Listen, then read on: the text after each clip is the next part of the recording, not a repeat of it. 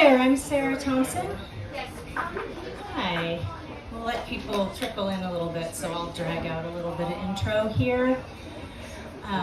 My name, again, is Sarah Thompson. We'll start with that. So I am a professional homeopath, and the reason that I am on the stage today is a completely synchronous, wonderful coincidence, which is that I approached Jeffrey a couple of months ago about giving this talk today, which was initially planned to be about the founding of the American Medical Association, as told by Harris Coulter, who is a premier medical historian of the 20th century. He has died, but he wrote a number of books, but he wrote a 4-volume set of medical history in the Western world, from the Greeks through the United States, and it was called Divided Legacy.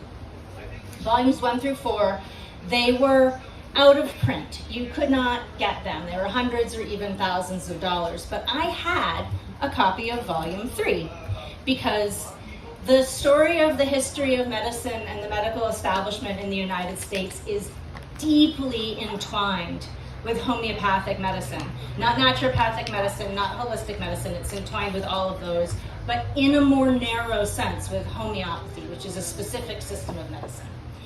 And so I had this book, and I wanted to give this talk because the moment is just so right for this conversation.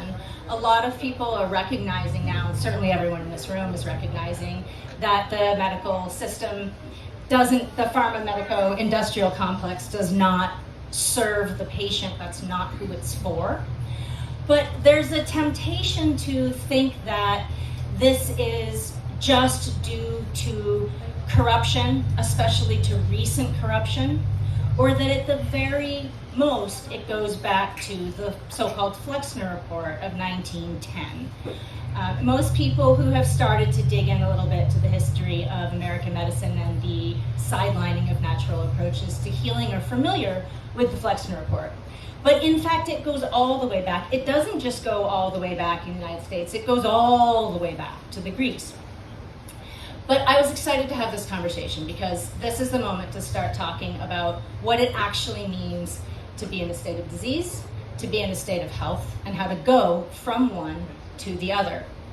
And then a month ago, I find out that Jeffrey has reprinted the first volume in this series. So now I had to scramble to read this. It's a really dense book. They have it for sale over there, and if you want to read the writings attributed to Hippocrates, who was not one person, as Coulter points out, translated from the Greek, but not modernized, you will. I barely finished it before I got here, so I'm going to speak to it today, but I'm probably going to make some mistakes, and when I go to reread it, I will discover that. They've just now re-released Volume 2. I wasn't able to get that one in time, so I have not read that one. Volume 3 will be coming out, and then Volume 4. So the synchronicity of this is just really exciting. And I want to start with a personal anecdote to explain how it is that I became a homeopath, because it's an important part of what I'm going to talk about today. When I was 33, and I was always a liberty-minded person. I was always also very authoritarian, and so of course it's intuitive to reject the medical system if you think like that, because it's so hierarchical. And so I had been very anti-medicine for a long time by the time I was 33. I'd had my children at home. I was eating the Weston A. Price diet. I was not on any medications. I was, drinking good water and taking good care of myself. I wasn't afraid of anything. I was diagnosed with acute myeloid leukemia. My kids were 4 years old and 8 months old. And I had never even been worried about cancer. Cancer hadn't even ever been on my radar as something that I might get, because I thought I was doing everything right. And my reaction to that news was not, I'm sure that there was always some fear there, but my memory of my reaction was less fear than obstinance. The first thing I thought was, I'm gonna prove to myself and the world this ego story that I'm not gonna get chemo. You know, it was something I'd always said, because it was an easy thing to say when you have a cancer diagnosis. And so I did the most American thing you can do, which is to go shopping. I bought juicers and bulk foods and supplements and went to see a million different kinds of therapists. But the truth is that I couldn't find anybody who worked with what I was dealing with. I couldn't, and I was trying to cob together myself. And again, the whole time, this is this very ego-driven thing, which is like, I'm gonna beat this and prove to everybody that you don't have to use Western medicine to beat cancer. But I'm still thinking about it as a war. And when you get diagnosed with AML, they send you right in through the ER. It's like a do not pass go, aggressive blood cancer, and you're just inpatient until you're until you're in remission, and then you have to keep going back.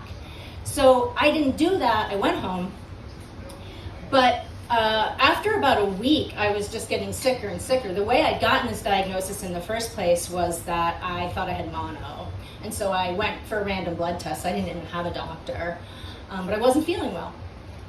And so after about a week, I was just getting sicker and sicker, and I wasn't able to manage it. And when I kind of offhandedly said, look, I'm not going to die of cancer, and my husband said, can you promise me that?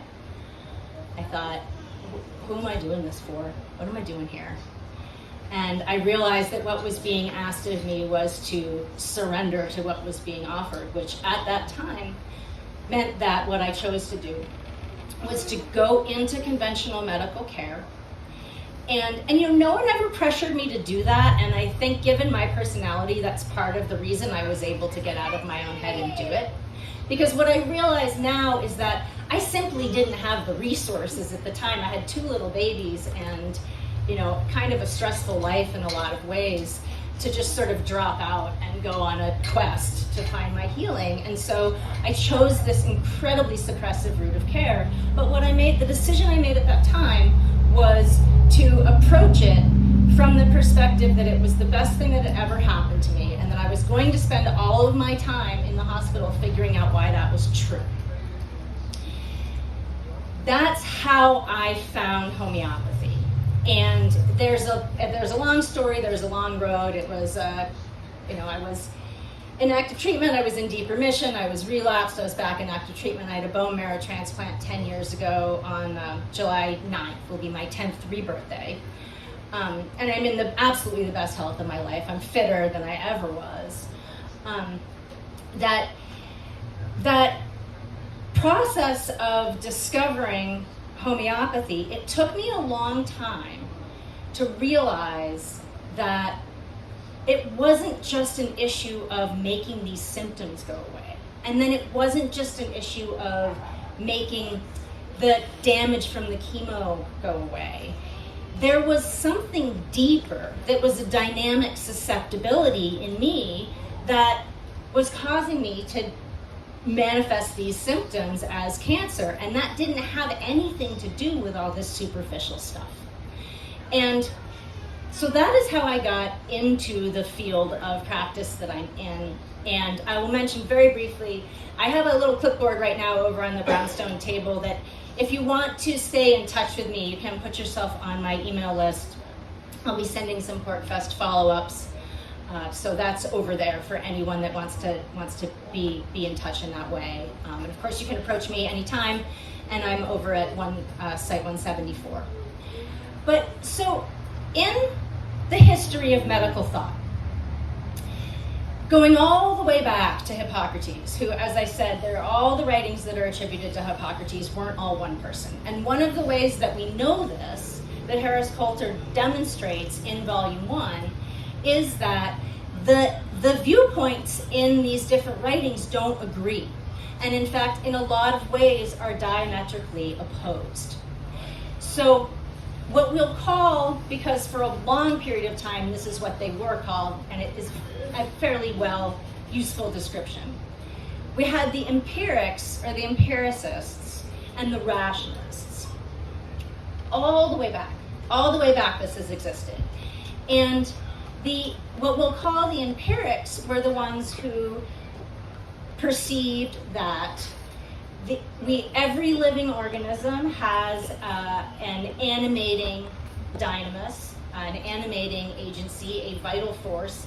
It wants to keep you alive. Lobsters have it, daisies have it, we have it. And every time you get sick, what you're seeing is the effort of the vital force to make you well. And so the only information you have is not any theory about disease. It's not a story about humors. It's not a story about, and even things that are very valid and measurable and real, but it's not a story about any of those metrics. It is about what we can observe in the individual patient that tells us what it is that's asking to be healed. And with that information, we match our therapeutic approach to that particular picture. What is the vital force trying to do, and how do we help it to improve prognosis? The other viewpoint, the so-called rationalist viewpoint, is that disease is something that is other than the body. The body is essentially a machine. It's a system. You can understand it through the same principles that apply to mechanical systems. And of course, so that's gotten more sophisticated over the millennia because we have better measurement and more information. But that you wanted to excise whatever the disease thing was, to cut it out, to burn it out. And we know, I think that one of the most famous deaths of this type in American history certainly is George Washington, who, I couldn't find a record that this is true, maybe someone will have that record, but who supposedly finally just said, and this may be apocryphal, please just let me die. After they went in to treat him for an infection and basically bled him to death, finally he was so weak that he just gave up. And that's what the practice of medicine was. That's what it was 2,500 years ago on this rationalist side. You cut this stuff out, and the job of the physician is to diagnose accurately based on the theory and to match the therapeutic agent to the theory. And if you do that, you are following what we now call scope of practice. And it doesn't matter what happens to the patient. All that matters is that you followed the theory. You followed the science. But of course, it wasn't scientific at all. And so these two ideas have a very deep history. And this now brings me to the 19th century. And before I even get into this part of the history lesson, I'm going to tell you the point of all of this, why I want to give this talk. Yes, history is fun and cool, and this is amazing and important information for us to know, and it's really important for us to know right now. But I'm a homeopath, and in homeopathy, we have a foundational text. So Samuel Hahnemann is considered the founder of homeopathy, but he's the founder of homeopathy in the sense that he discovered and codified these natural laws. So in the same way that Mises discovered the science of human action and then made it make sense, and they were not quite contemporaries, but they probably did overlap. And there's a lot of synergy in thinking about homeopathy and thinking about Austrian economics, which is what I was into in a past life. And so Samuel Hahnemann wrote this primary tome, his opus, and it has the first directive in it is an order to the physician. What is your job? And the job of the physician, this is translated from the German, I'm doing it from memory, is the physician's highest and only calling is to restore the sick to health, to cure, as it is termed. That's the job of the doctor. But what does that mean? Well, he had an answer for that, because without the answer for that, you can make up whatever you want. You can say it's to see this number go down. You can say it's to see, what is it, 60 months, I think. If you survive 60 months after cancer treatment, they will document that as a cured case of cancer. But it doesn't mean that you have any quality of life. It doesn't mean that you're not sick. And that's why when I actually went through conventional treatment, as soon as I was done with that part of their job, I left the system. And I have a lot to say about Cancer Inc. and the way that they keep people in Cancer Inc. and the cult indoctrination of convincing people that you have to have an identity that's Cancer Inc. and having these fundraisers, and people are doing marathons for cancer and raising tens of thousands of dollars to give to pharmaceutical companies. They aren't hurting for money. They're okay. Give that money to someone who's sick and go run that race anyway. So I left that and I worked on my own healing. But so the definition of health is that this vital force, this thing that is the thing that wants to keep us the most alive and the most healthy and the most vibrant and the most vital, should rule with unbounded sway in the organism. So with this maximum ease and adaptability of the organism, we are then free in our reason-gifted minds to pursue our true purpose. So the job of the physician in homeopathy is to use the information in your individualized symptoms in order to enable you to move towards your true purpose.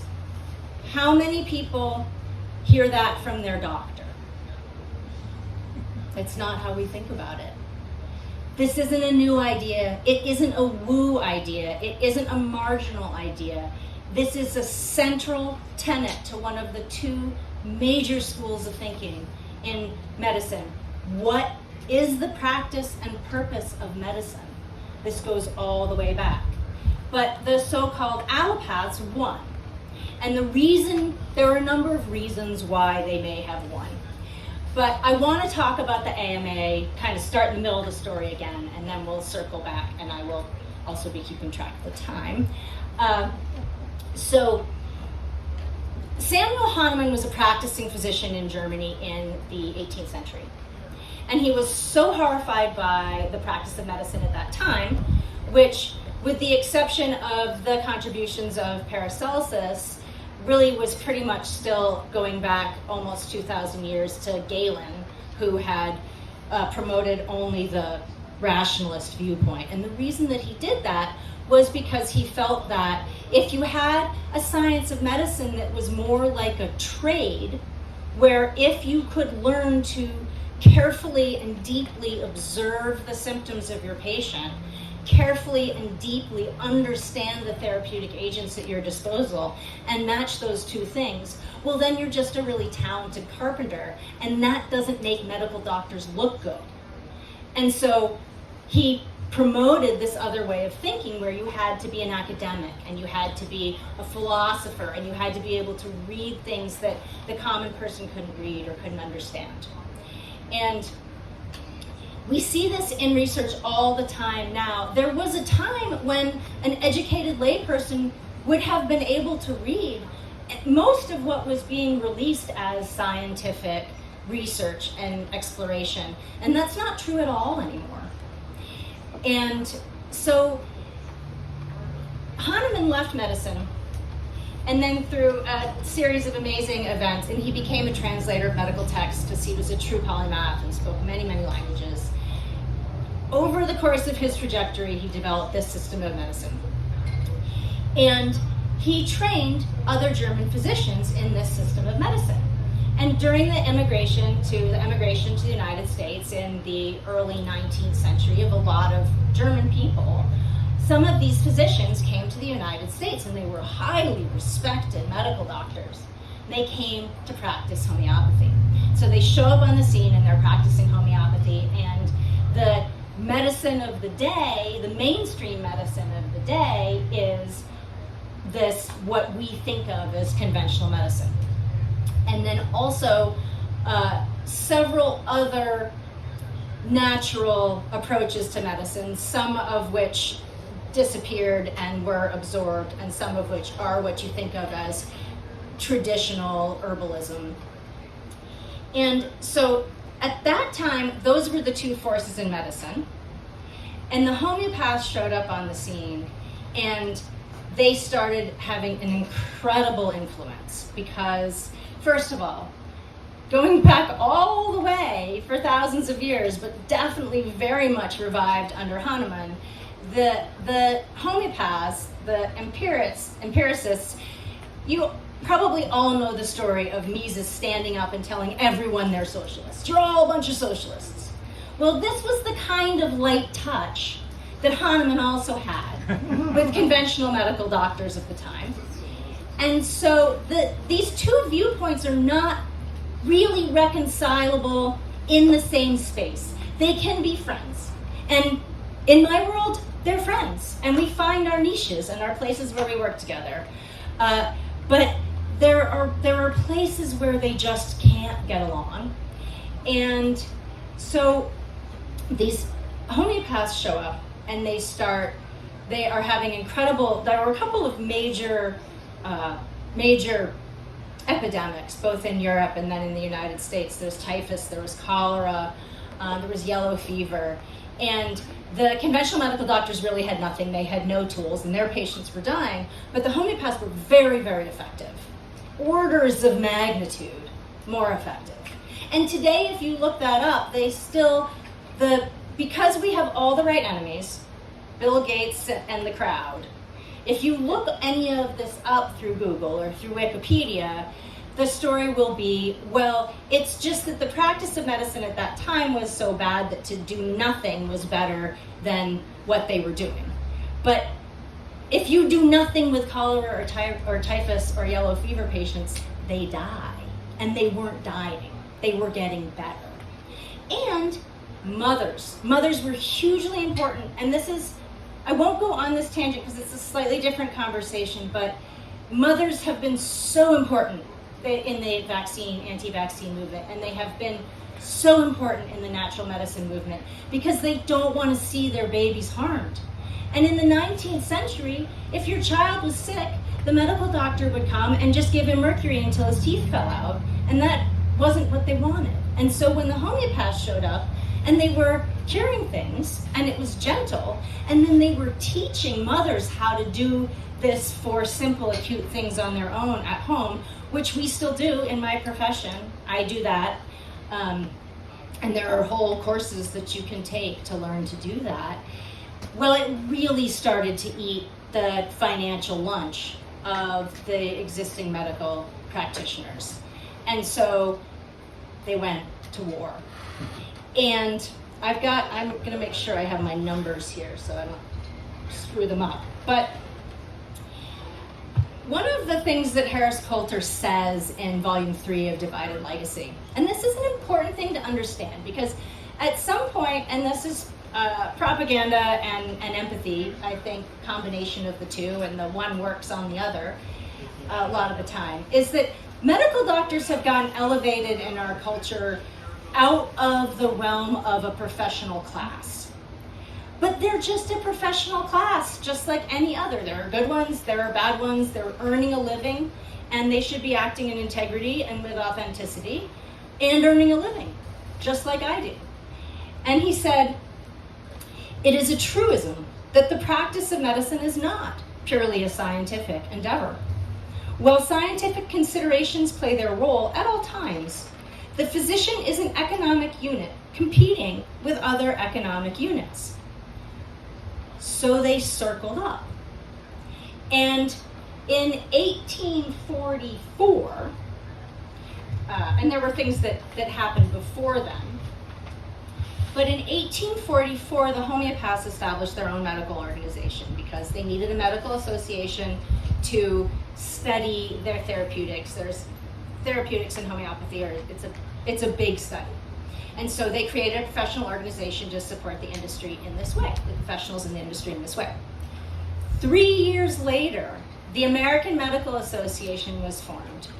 And the reason that the American Medical Association was formed is that there were already local state medical associations, and they had a tremendous influence over who was allowed to practice medicine. And there were even efforts as early as 1806, I think, to outlaw unlicensed practitioners, but then the medical associations wouldn't give homeopaths licenses. Or a more effective tool that they used was to make it illegal for them to sue for their fees in court, so they couldn't get paid. A lot of these things were struck down by the courts. People were opposed to it because they wanted access to that homeopathic care. In 1847, there were some doctors that got together and they said, we need to form a national association that will be over all of the local associations so that we can tell them not to do business with homeopaths. And years later, this is in 1911, so this is after the Flexner Report, I have a quote from a Dr. McCormick, and this is all in Coulter's work. I mean, he was incredible. He would read every minute of every society meeting, every newspaper article, and find all of these gems. And in 1911, Dr. McCormick of the AMA said, we must admit that we have never fought homeopaths on matter of principle. We fought him because he came into the community and got the business. So this goes all the way back. By the time of the Flexner Report the Flexner Report could not have been effective at shutting down all the naturopathic colleges and shutting out all of the small schools and really eliminating the country doctor. They would not have been able to pull that off if this foundation had not been laid. And this battle was pretty vicious. There were long periods of time where the AMA had a rule that if you were a medical doctor and you so much as consulted with a homeopath over a patient, then you would lose your license and be expelled from the society. And the New York Times back in the day, if you can believe it, when the New York Times used to run editorials that made sense, said, they put a fine point on it. The AMA says that if a patient's life cannot be saved except by such a consultation with a homeopath, then the patient must die and no doctor who will allow a homeopathist to help him can be recognized by the association. And there was a really funny case where it was a husband and wife, and one was a physician and one was a homeopath, and the AMA kicked him out, I think, for talking to her. So this is not a talk about homeopathy, but homeopathy is important to this because it was the biggest threat. And one of the reasons that it and other forms of natural medicine were the big threat is because they used unpatentable medicines. And also people would go to them and they would take their business to them. And in those days you didn't just get rich as a doctor. It was hard work to run a practice. And when patent medicines came on the scene, we make fun of patent medicines, and we should, because they were, things like petroleum products, which they still are. The reason was that if the practice of medicine was just going to be matching a therapeutic to a diagnosis, then people wanted to do that at home and just buy a drug that would solve a problem. And even when people talk about a lot of natural medicine, we still end up in that mindset, which I was in when I was diagnosed with cancer, that natural medicine is just a green way to push the buttons and flip the switches. But it's not. It's a different way of thinking. And the reason that I'm giving this talk is because as someone whose directive is to restore the sick to health so that people can be on their highest path to purpose, I want my people to realize that you don't need a one-for-one alternative to this system that you can't trust. You don't really need to be in it at all most of the time. And what I discovered was that when you invert this whole way of thinking that we've been taught about healing, you discover that when you get sick, you have been shown a portal to your wisdom journey to move you closer to your purpose. And it can be something really simple like a head cold, and it can be something really serious like cancer. But once the state of disease becomes a blessing, because it's an opening to true healing, this whole level of fear about we can't trust the medical system, we can't access our doctors, we can't get pharmaceutical drugs, stops being so important. Of course, there is a place for that, and I do not want this to be interpreted as saying that there's no application for that system. That's not my point. But I don't think anybody needs that point made. We know there are uses for conventional medical practice. We already know that. But what I discovered when I was active in the Maine Stands Up, and I am still active in the Maine Stands Up movement, I grew up in New Hampshire, but I live on the coast of Maine. I practice all over the world. I'm fully remote, but I live out in Georgetown, on the coast of Maine. So Maine was really bad during the worst of the COVID fascism, and it made this freedom movement really vibrant. But I was very involved in the health freedom part of it, and helping people who were afraid to go to the hospital, but who had COVID and were really scared and were really sick, or who had other things going on and were scared and were sick. And what I was discovering is that most people were still in this mindset that they needed to replace it one for one.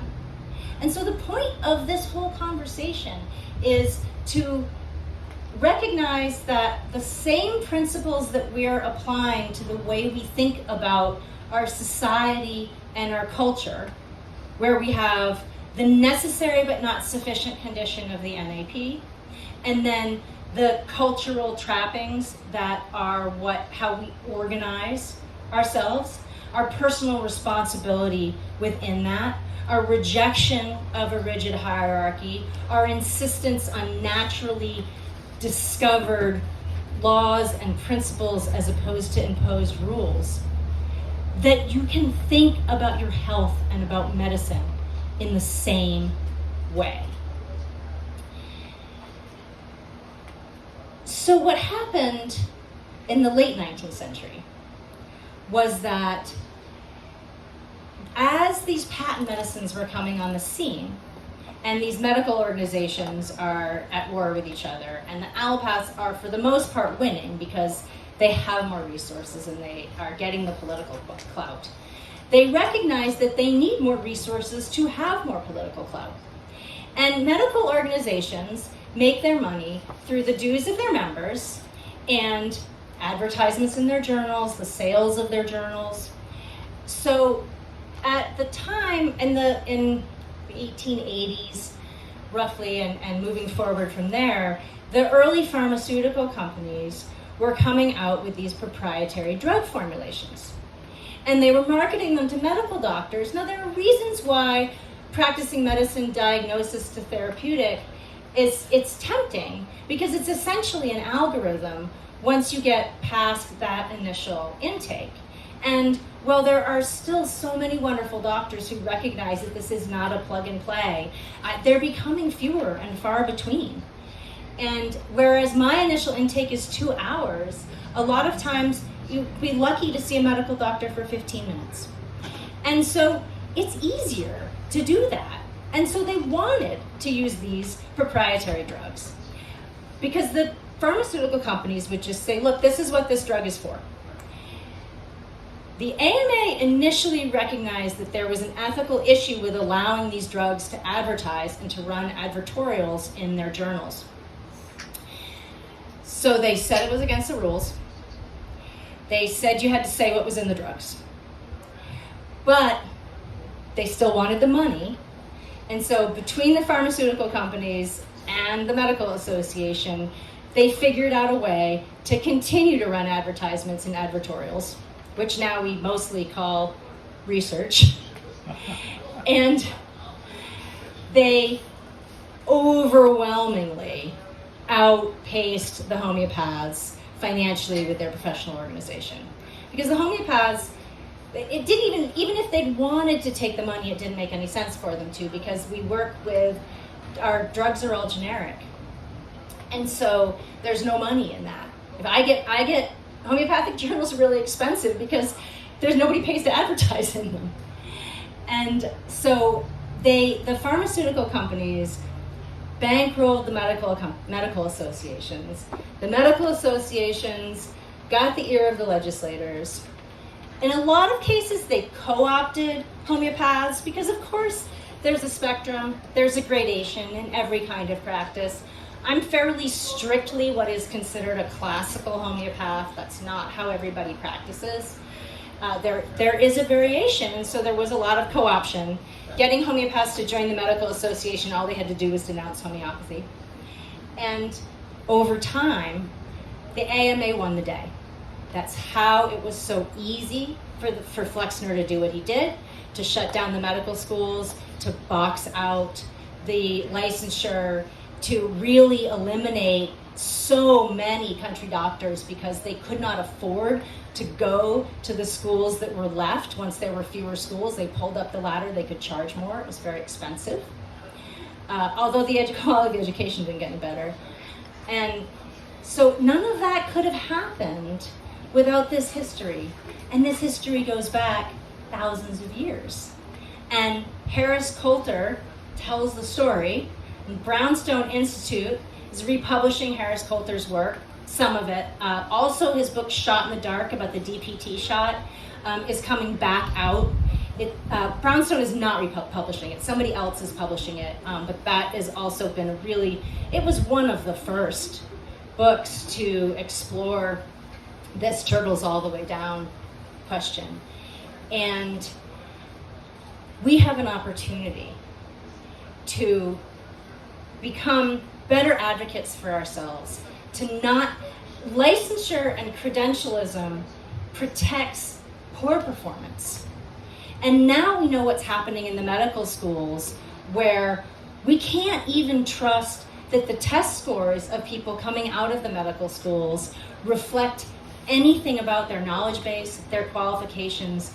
People are going to die because there are people who are unqualified providing care because they are being pushed through the medical system. One of the things that I would love to see, I think it's really important, I don't know what it's going to look like, but I know it has to be coming, is that, so the AMA and the homeopaths, they couldn't agree, and they at times were collegial, but eventually parted ways. Homeopathy has been suppressed for a century or more in the United States, which has had a negative effect not just on everybody's health, but also on homeopathy, because you need that, you need to be in the arena. You need to be proving what you're doing and not just have a common enemy. And this is relevant to libertarians right now. There are ways in which we can't agree. We have fundamentally different ideas in the practice of medicine. Okay. But in a big tent, what we do is debate, and we don't rely on credentials, and we don't rely on authority. We rely on dispersed networks to find out who's trustworthy as a professional, who actually helped you as a doctor. I mean, people ask me all the time, well, what does homeopathy treat? It's a complete system of medicine, so the answer to that question is the same as the answer to the question, what does medicine treat? But people will ask me, have you treated this? Have you had success with this? And I'll answer those questions, and I'll talk about how that sits in my practice. But I don't see people talking to medical doctors and saying, tell me, I want interviews with I want testimonials from your patients about their quality of life 3 years, 5 years, 10 years out from your care. When I got out of bone marrow transplant, there was just this assumption that I would have some kind of lifetime of sequelae, and of course I would take these million drugs, and of course I would do the whole vaccine schedule again and all these things. And I said, no, that's not your job. Your job wasn't to keep me healthy. Your job was to bring me to the point of death and pray that I would come back. And you got lucky, and I did, but I'm done here because I want people to heal and be on their highest purpose. And that's the history of medical thought. So, with that said, I'm happy to take